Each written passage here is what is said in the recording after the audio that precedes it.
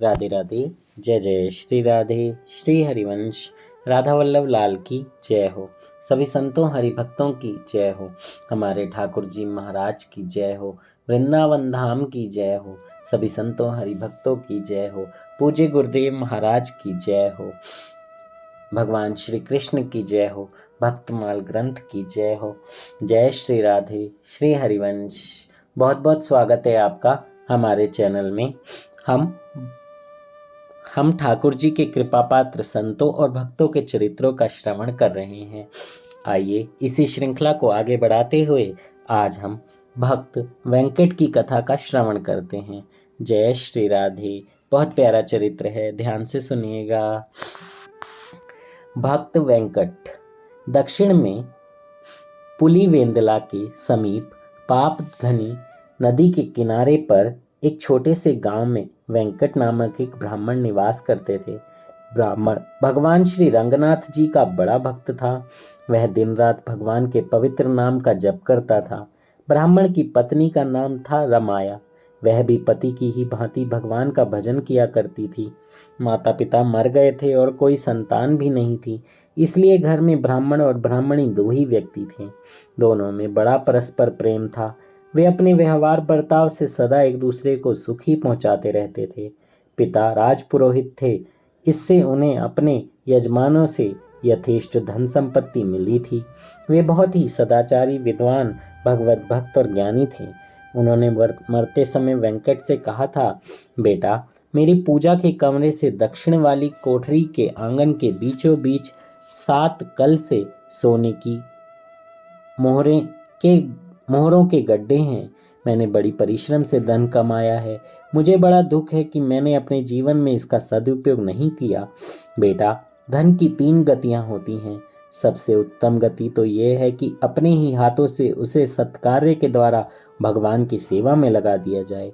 मध्यम गति यह है कि उसे अपने तथा अपनी संतान के शास्त्र विहित सुख भोगार्थ खर्च कर दिया जाए। और तीसरी अधम गति उस धन की होती है जो ना तो भगवान की सेवा में लगता है, ना ही सुख उपभोग में लगता है। वह गति है उसका दूसरों के द्वारा छीन लिया जाना या अपने या पराए हाथों बुरे कर्मों में खर्च होना। यदि भगवान की कृपा से पुत्र सत्वगुणी होता है तो मरने के बाद धन सत्कार्य में लग जाता है, नहीं तो वह धन कुपुत्र के द्वारा बुरे से बुरे काम, शराब, वेश्या और जुए आदि में लगकर पीढ़ियों तक को नरक पहुंचाने में का कारण बनता है। बेटा, तू सुपूत है, इससे मुझे विश्वास है कि तू इस धन का दुरुपयोग नहीं करेगा। मैं चाहता हूँ इस सारे धन को तू भगवान की सेवा में लगाकर मुझे शांति दे। बेटा, धन तभी अच्छा है जबकि उससे भगवत स्वरूप दुखी प्राणियों की सेवा होती है। केवल इसलिए धनवानों को भाग्यवान कहा जाता है, नहीं तो धन के सामने बुरी चीज नहीं है। धन में एक नशा होता है जो मनुष्य के विवेक को हर लेता है और नाना प्रकार से अनर्थ उत्पन्न करके उसे अपराधों के गहरे गड्ढे में गिरा देता है। भगवान श्री कृष्ण ने भक्तराज उद्धव जी से कहा है, चोरी, हिंसा, झूठ बोलना, पाखंड, काम, क्रोध, गर्व, मद, ऊंच नीच की, अपने पराये की भेद बुद्धि, वैर, अविश्वास, होड़, लंपटता, जुआ और शराब, इन 15 अनर्थों की जड़ मनुष्य में यह अर्थ यानी धन ही माना गया है। इसलिए अपना कल्याण चाहने वाले पुरुष को चाहिए कि इस अर्थ नामधारी अनर्थ को दूर से ही त्याग दे। बेटा, मैं इस बात को जानता था, इसी से मैंने तुझे आज तक इस धन की बात नहीं बताई। मैं चाहता था कि इसे अपने हाथ से भगवान की सेवा में लगा दूं, परंतु संयोग ऐसे बनते गए कि मेरी इच्छा पूरी ही न हो सकी। मनुष्य को चाहिए कि वह दान और भजन जैसे सत्कार्य को विचार के भरोसे कल पर ना छोड़े, उन्हें तो तुरंत ही कर डाले। पता नहीं कल क्या होगा। इस कल में ही मेरा जीवन बीत गया। मेरे प्यारे वेंकट, संसार में सभी पिता अपने पुत्र के लिए धन कमाकर छोड़ जाना चाहते हैं, परंतु मैं ऐसा नहीं चाहता। बेटा, मुझे प्रत्यक्ष दिखता है कि धन से मनुष्य में दुर्बुद्धि उत्पन्न होती है। इससे मैं तुझे अर्थ का धनी न देखकर भजन का धनी देखना चाहता हूँ। इसलिए तुझसे यह कहता हूँ कि इस सारे धन को तू भगवान की सेवा में लगा देना। जय हो, जय हो। कितने प्यारे माता पिता हैं होते हैं जो बच्चों को इस मार्ग पर ले जाते हैं, और उनके पिता ने देखिए अपने बच्चों का जीवन सुधारने के लिए यही किया। आप भी अपने बच्चों को भगवान का भजन कैसे करना है सिखाएं, सत् कार्य करने हैं कैसे करने हैं वो भी सिखाएं। संतों की सेवा, साधुओं की सेवा, भगवान के नाम की सेवा, भगवान का घर में विराजमान होना, उनके प्रति प्रेम होना, ये सारी बातें आप अपने बच्चों को जरूर सुनाएं। जय हो। तेरे निर्वाह के लिए घर में जो कुछ पैतृक संपत्ति है, जमीन है, खेत है और थोड़ी बहुत यजमानी है, वही काफी है। जीवन को सादा, संयमी और ब्राह्मणोचित त्याग से संपन्न रखना, सदा सत्य का सेवन करना और करना श्री रंगनाथ भगवान का भजन। इसी से तू कृतार्थ हो जाएगा और इसी से तू पुरखों को तारने वाला बनेगा। बेटा, मेरी यह अंतिम सीख को जरूर याद रखना। वेंकट अपने पिता से भी बढ़कर विवेकी था। उसने कहा, पिताजी, आपकी इस सीख का एक एक अक्षर अनमोल है। सच्चे हितैषी पिता के बिना ऐसी सीख कौन दे सकता है। मोहवश संसार के भोगों में फंसकर जन्म मृत्यु के चक्कर में डालने वाले माता पिता तो बहुत होते हैं, परंतु अज्ञान के बंधन से छूटने का सरल उपाय बतलाने वाले तो आप सरीखे पिता बिरले ही होते हैं। मुझे यह धन न देकर आपने बड़ा उपकार किया है मुझ पर, परंतु पिताजी, मालूम होता है कि मेरी कमजोरी देखकर ही आपने धन की इतनी बुराइयां बतलाकर धन को महत्व दिया है। वस्तुतः धन की ओर भजना नंदियों का ध्यान ही क्यों जाना चाहिए। धन में और धूल में अंतर ही क्या है। जो कुछ भी हो, मैं आपकी आज्ञा को सिर चढ़ाता हूँ और आपके संतोष के लिए धन की ओर ध्यान देकर इसे शीघ्र ही भगवान की सेवा में लगा दूंगा। अब आप इस धन का ध्यान छोड़कर भगवान श्री रंगनाथ जी का ध्यान कीजिए और शांति के साथ उनके परम धाम को पधारिए। मेरी माता ने मुझे जैसा आशीर्वाद दिया था, वैसे ही आप यह आशीर्वाद अवश्य देते जाइए कि मैं कभी भी भगवान को नहीं भूलूं।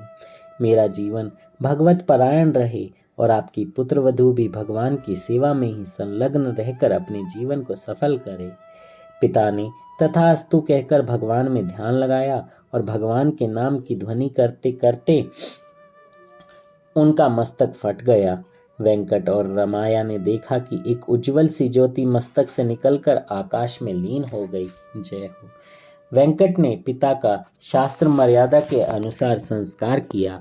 फिर श्राद्ध में समुचित ब्राह्मण भोजन आदि करवाकर पिता के आज्ञानुसार स्वर्ण मोहरों के घड़ों को निकाला और तमाम धनराशि गरीबों की सेवा के द्वारा भगवत सेवा में लगा दी गई। तब से वेंकट और रमाया की निष्ठा और भी दृढ़ हो गई। उन्होंने अपना सारा जीवन साधना में बना डाला। पत्नी अपने पति की साधना में सहायता करती और पति पत्नी की साधना में। कहीं किसी कारण से किसी एक के अंदर भी कोई दोष दिखता या किसी एक के जरा भी गिरने की संभावना होती तो दूसरा उससे उचित परामर्श देकर विनय से समझाकर प्रेम से सावधान हो करके रोक देता। दोनों एक ही भगवत पथ पर चलते थे और दोनों से ही दोनों को बल मिलता था। यही तो सच्चा दाम्पत्य है। एक दिन दोनों ही भगवान के प्रेम में तन्मय होकर उनको अपने सामने मानकर अंतर के नेत्रों से देखकर नाच रहे थे, मस्त होकर कीर्तन कर रहे थे। भगवान यूं तो प्रतिक्षण ही भक्तों के समीप रहते हैं, पर आज तो वे वहां प्रत्यक्ष प्रकट हो गए। जय हो। बहुत कृपा हुई और उन्हीं के साथ थिरक थिरक कर नाचने लगे। भक्त भगवान पर मुग्ध थे और भगवान भक्तों पर। पता ही नहीं यह आनंद का नाच कितने समय तक चलता रहा।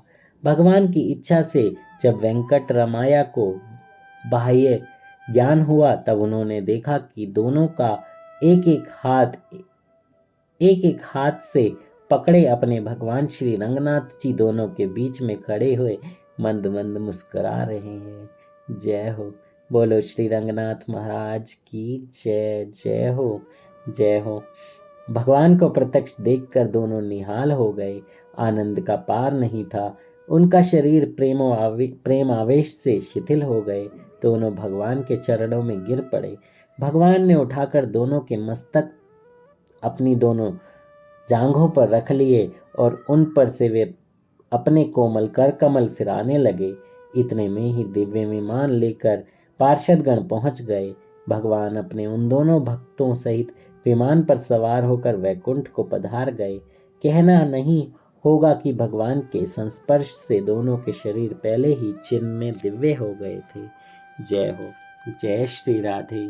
श्री हरिवंश। ठाकुर जी की कितनी कृपा रही भक्त वेंकट पर, उनकी पत्नी पर और उनके पिता पर भी देखिए, जो जाते जाते उन्हें अच्छा और सच्चा ज्ञान दे गए, वरना सब इसी धन के चक्कर में ही फंसे रह जाते हैं। मेरी संपत्ति का क्या होगा, मेरे पुत्रों का क्या होगा, और पुत्र इसी में रह जाते हैं कि पिताजी क्या छोड़कर जा रहे हैं। यहाँ पर पिता और पुत्र का जो प्रेम है, जो एक दूसरे के जीवन को सार्थक बनाने का उद्देश्य है, वो यहाँ पर बताया गया है। आप भी अपने बच्चों को इसी तरीके की शिक्षा दें और माया से थोड़ा दूर रखने की ही कोशिश कीजिए। माया ज़रूरी है, ये बहुत अच्छा है, लेकिन उतना ही जितना आपका उससे काम पूरा हो जाए, आपका जीवन अच्छे से चले बस। लेकिन उसके लिए हाय तौबा करना या परेशान रहना, वो सब नहीं। भगवान को अपने आप को समर्पित कर दीजिए, वो सब संभाल लेंगे। प्रभु बहुत दयालु हैं। जय श्री राधे। श्री हरिवंश। कथा कहने में मुझसे कोई त्रुटि हुई हो तो क्षमा कर दीजिएगा। राधा वल्लभ लाल की जय हो। जय श्री राधे।